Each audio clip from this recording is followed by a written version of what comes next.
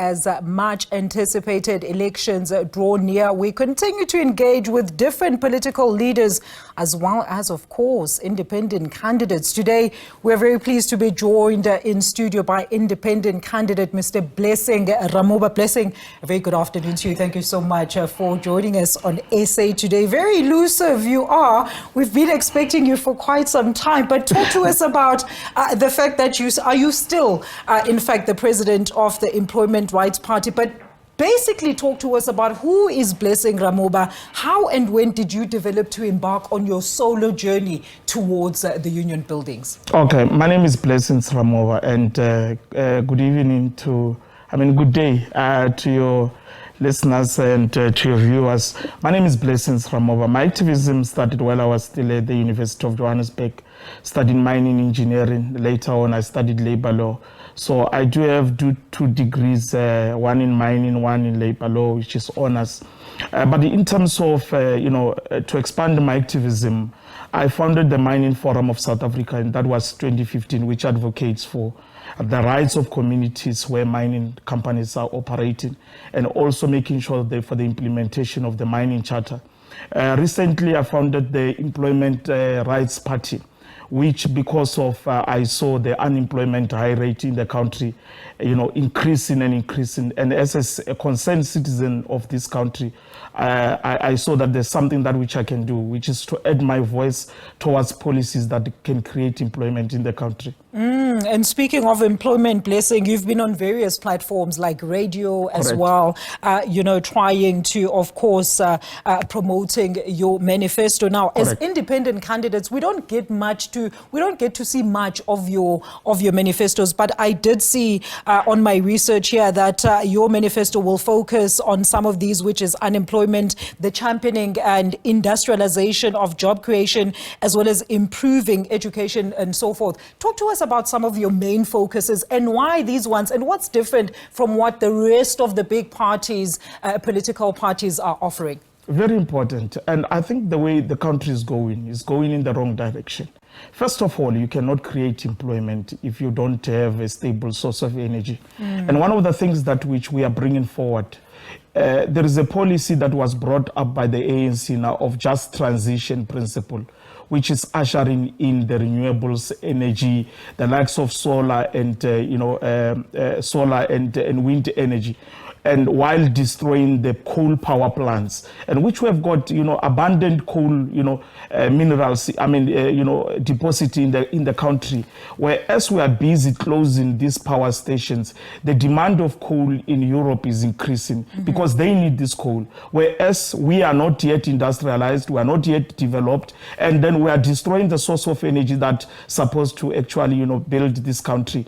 More importantly, we still need the nuclear energy so that we are able to create jobs. Investors, when they are looking to invest in a country, one of the things that they look at is they look at the source, the energy availability in a country. Will they be able to industrialize in the country? Because if you want to industrialize, then you need abundant source of energy. So what we are bringing forward first to deal with unemployment is that let's have a stable source of energy, which we must actually revive the coal plants that which we currently have in the country, make sure that we increase the life and maybe maintain them, and also build more power station from these coal plants. If you look at Mpumalanga itself, its economy centralized on mining itself. If we are destroying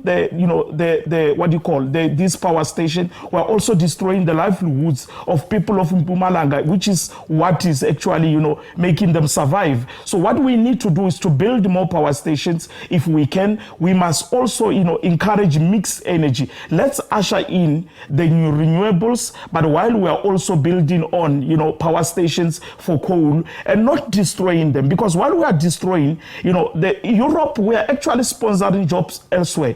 I'm a mining engineer by profession. I know the mineral deposit of this country. We have got vast of minerals in this country, and then we are not making use of them. And if we are speaking about industrialization, one of the things that we are saying is that we must start with beneficiaries beneficiation of our minerals. Let's beneficiate our minerals. At least 50% of our minerals must be, beneficiated here.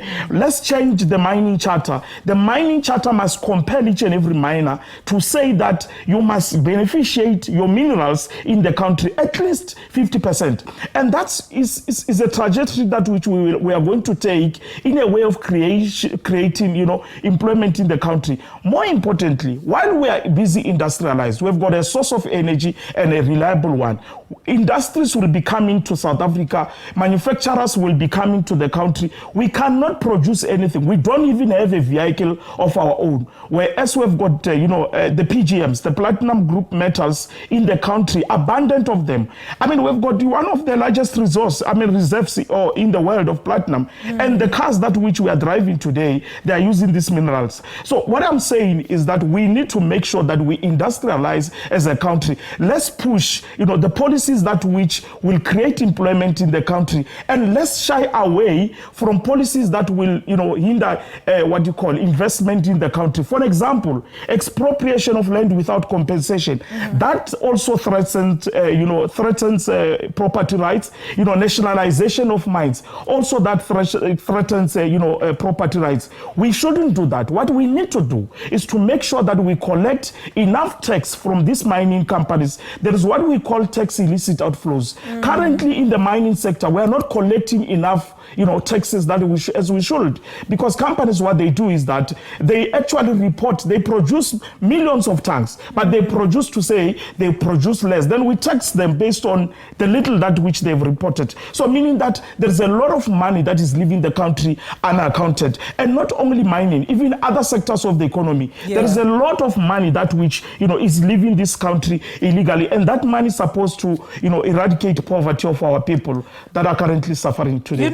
Blessing, I'm sure a lot of people that are listening to this interview are going to say he's already said that, he's got a mining background. Correct. So how is he going to cater for the everyday South African in terms of providing those jobs? And what are you going to do differently to implement those policies that has, taken some other parties, or they failed at implementing in the past 30 years? We've got jobs in South Africa. We've got jobs, but our jobs, some of them are given to, foreigners. Not every foreign national who come to South Africa must do every job. We must select to say, this is the type of work a foreign national can do, and this is the type of work that South Africans can do. You cannot come to the country and be a truck driver. You can't come also in this country and run a spaza shop. Well, I mean, we've got, entrepreneurs who can do that. Even businesses themselves. If we stop foreign national from, becoming civil engineers in the country. But that is from an immigration aspect. Correct. That is from there. Are you also going to be bolstering? Those also is one of our policies, to make sure that we strengthen our borders. Not only that, strengthening our borders. Businesses in South Africa, we must make sure that there are certain businesses that must be operated by South Africans. There are certain businesses that which must be operated, we must give them to foreigners. And which are those businesses? To come and manufacture, bring technology in this country, come and manufacture, products like cell phones, which we do not, produce much in this country. The cars that which we are talking about, let them manufacture here. By so doing, we are adding value to our economy. We are also increasing employment. And I can tell you this, the informal businesses in South Africa contribute, a lot of money, to our economy. Imagine if South Africans were the only ones in that, in that sector. By so doing, we'll reduce also the unemployment. Because now I can tell you, our people cannot compete with these people who are foreign nationals who are operating, spaza shops in our community. They are now in our villages. They are now in our townships. We should stop them and say no. Those businesses must only be operated by South Africans. If they want to come to this country, they must come with an investment. They must come in this country and add value, technologies, bring machines that we do not have in the country. It sounds similar, yes. Blessing, to some of the announcements that were announced by the Minister of Home Affairs. Of course, there is because of elections, of the overhaul of the immigration system. We've been making noise on the ground. They are now stealing our ideas, because we have been making noise on the ground to say, let jobs that which South African can do be given to only South Africans. Our people are suffering. If I can tell you this, we've got about 18 million people in South Africa who are dependent on grant out of 62 million people. Now, I can tell you that's not sustainable, meaning that we are a poor nation, but in a very rich country. So we can be rich, but we just have to make sure that we strengthen. If you go to Botswana, they've got those laws. You cannot just go there and open a spaza shop. So it's failure at policy level is what you're and basically that's why we doing. are here. So let's talk about then your vision for South Africa in totality. Where do you see South Africa with Blessing Ramoba at the helm post the May 29th poll? My passion is on, reducing the unemployment. And that itself, you cannot just do it. You have to do it through policy. Absolutely, that's what we've been talking about. I'm advocating for policies that which will also enhance investment in the country. I can tell you this.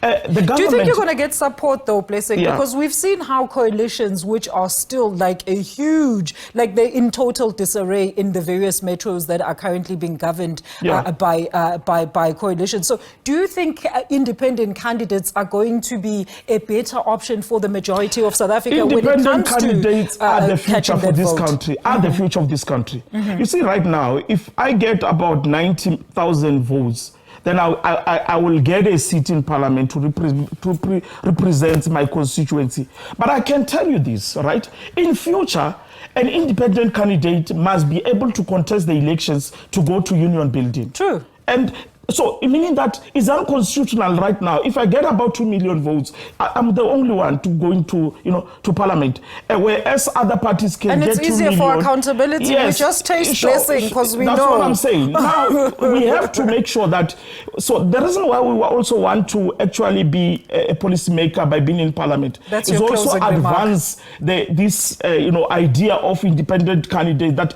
people must choose their leaders from the ground. They must select you and elect you a president, other than a constituency of a political party where you have to go to according to party line, and things like that. All right, Blessing, thank you so much for joining us on SA Today, and all the best in the upcoming election. That is independent candidate there, Mr. Blessing Ramoba, who says he's going to be championing those jobs as well as the improved and as well as overhauled immigration as well as education system in the country in order to make those policies work for South Africans.